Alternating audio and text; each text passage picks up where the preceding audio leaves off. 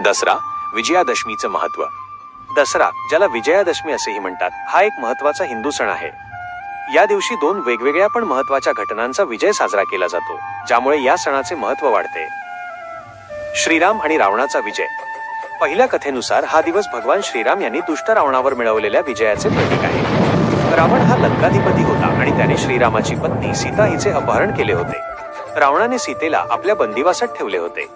अनेक दिवसांच्या युद्धानंतर रावणाचा वध झाला आणि श्रीरामांनी सीतेला त्याच्या तावडीतून सोडवले. हा विजय वाईटावर चांगल्याचा आणि अधर्मावर धर्माचा विजय मानला जातो.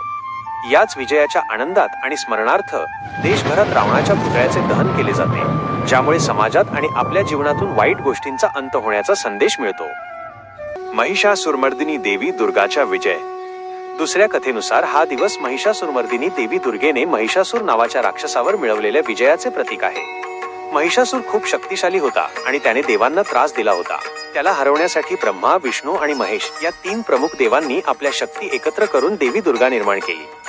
देवी दुर्गाने 9 दिवसांपर्यंत महिषासुराशी युद्ध केले आणि 10व्या दिवशी त्याचा वध केला. म्हणूनच या 9 दिवसांना नवरात्री म्हणतात आणि 10व्या दिवसाला विजयादशमी म्हणतात.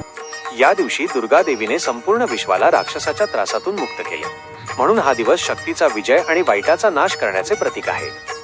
दसऱ्याचा संदेश. दसरा आपल्याला हा संदेश देतो की सत्य आणि न्याय नेहमी विजयी होतात, कितीही संकटे आली तरी. हा सण आपल्याला आपल्या आतील वाईट विचार आणि सवयींचा नाश करून एक नवीन आणि चांगल्या जीवनाची सुरुवात करण्यास प्रेरित करतो. या दिवशी शस्त्रपूजनही केले जाते, कारण हे युद्धातून मिळालेल्या विजयाचे प्रतीक आहे. दसऱ्याच्या या दिवशी तुम्हीही तुमच्या आयुष्यातल्या वाईट सवयींवर विजय मिळवून एक सकारात्मक सुरुवात करू शकता.